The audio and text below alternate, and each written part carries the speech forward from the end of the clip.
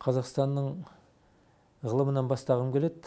Қазақстанның ғылымының дамуына біздің елбасының үлкен қолдауының арқасында, соның ішінде ғылымның ішінде біздің ғарыштық ғылымда қазір елімізде кең қанат жайып отыр. Осыдан 8 жыл бұрын елбасының жарлығымен біздің ұлттық ғарыш агенттігі құрылды. Соның құрамында ғарыш зерттеулері мен технологияларға арналған ұлттық орталық құрылды. Сол орталықтың құрамына 4 ғылыми институт қосылды. Олар астрофизика институты, ол астрофизика институты алыс ғарышты, жалпы ғарыш кеңістікті зерттейді. Ионосфера институты, ол ғарыш пенен жердегі процестердің байланысын зерттейді. Ғарыштық зерттеулер институты, ол барлық ғарыштық техниканы, жердегі экономиканың мәселелерін шешу үшін арналған зерттеулерді жүргізеді. Сосын 4-ші институт ғарыштық техника және технологиялар институты. Ол институт ғарыштық техниканы қолдан жасау үшін ашылған институт. Осы ұлттық орталықтың ғалымдары осы жылдардың ішінде үлкен көлемде кең жұмыс атқарды. Ол жұмыс елбасының алдымызға, біздің ғарыш саласының алдына қойған үлкен мәселе Қазақстанда бұрын болмаған ғарыш саласын құруға жолындағы зерттеулерді жүргізуге тапсырылды. Сол ғылыми ұлттық орталыққа. Сол ұлттық орталықтың ғалымдары, соның ішінде менде бар.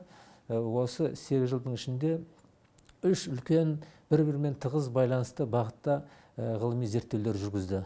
Ол бағыттар біріншісі түбегейлі ғылыми зерттеулер жүргізу, екіншісі қолданбалы ғылыми зерттеулер жүргізу, ал үшіншісі сол екі бағыттың негізінде тәжірибелік конструкторлық жұмыстар жасап, отандық өнімдерді әзірлеу.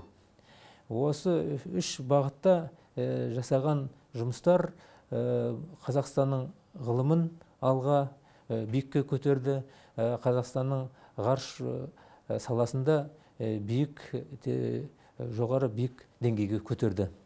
Бұның дәлелі қандай? Біріншіден, мынау ғарыш кеңістігін зерттеуде және ғарыш кеңістігінің жердегі процестермен өзара байланысын зерттеуде жаңа теориялық тәсілдер жасалды. Мына біздің жаңағы сыйлық алған жұмысымызда. Екіншісі, қарапайым сөзбен айтқанда, ол жер бетіндегі жағдайларға ғарыштан мониторинг жасау үшін арнайы қолданбалы зерттеулердің жаңа тәсілдерін жасау қажет болды. Сол жасалды. Ол тәсілдер не үшін керек? Ол тәсілдер ауыл шаруашылығының жағдайына мониторинг жасау, төтенше жағдайларға мониторинг жасау, экологияның жағдайына мониторинг жасау, геодезия картографиясын шешу үшін, тағы басқалар мәселелер, экономиканың мәселелерін шешу үшін өте қажет. Ал үшіншіден қандай нәтиже?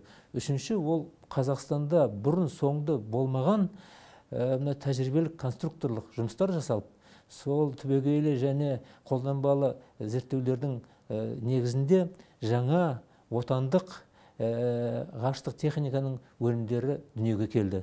Ол жаңа келіп жатқан дүниелер біздің экономиканың мәселелерін шешуге өте қажет.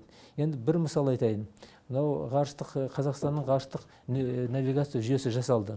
Ол ғарыштық навигация жүйесі үшін өте күрделі дифференциалдық станциялар керек. Сол дифференциалдық станцияларды біздің ғалымдар осы жұмыстың шеңберінде өз қолымызбен жасадық. Ол үшін ғылыми зерттеулер жүргізуге тура келді. Сол зерттеулердің негізінде тәжірибелік конструкторлық жұмыстар жасауға тура келді. Соның нәтижесінде жаңағы дифференциалдық станцияларды жинап өндіру өз қолымыз жасалып, сол өндірілген станциялар Қазақстанның түкпір-түкпіріне орнатылып, іске қосылып, қазір жұмыс істеп жатыр. Ал екінші бағыт қандай?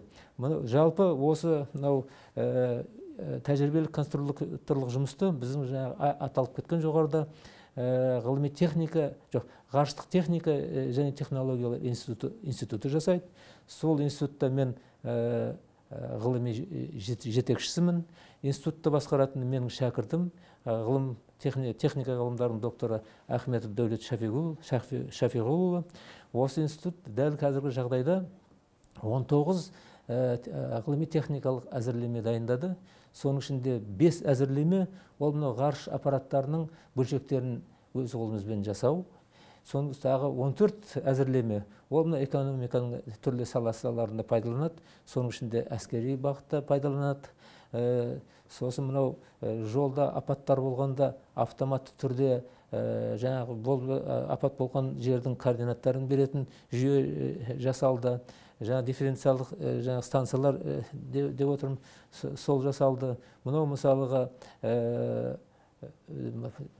тірі қимылдайтын жан, мал болсын, немесе мынау сотталып отырған адамдардың қалай жүруіне, қайда қозғалып жүргеніне жаңағы бақылау болсын, солар үшін жүйе жасалды.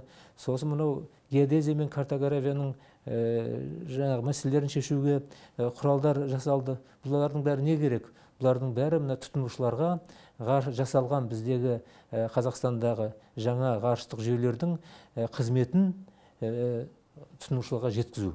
Сол үшін арнайы осындай әзірлемелер жасау керек, соны институт жасап жатыр. Осының бәрі, осы барлық біздің орталықтың жасаған жұмысы 3 бағыттағы айтып кеткен. Мынау біздің елдегі және шетелдегі, мынау жақын шетел, алыс шетелдегі ғалымдар мен мамандардың өте жоғарғы бағасын алды. Осы жұмысты сынақтан өткізген кезде ол ненің көрінісі? Ол мына біздің Қазақстанның ғарыш ғылымы халықаралық жоғары деңгейге көтерілгенінің көрінісі.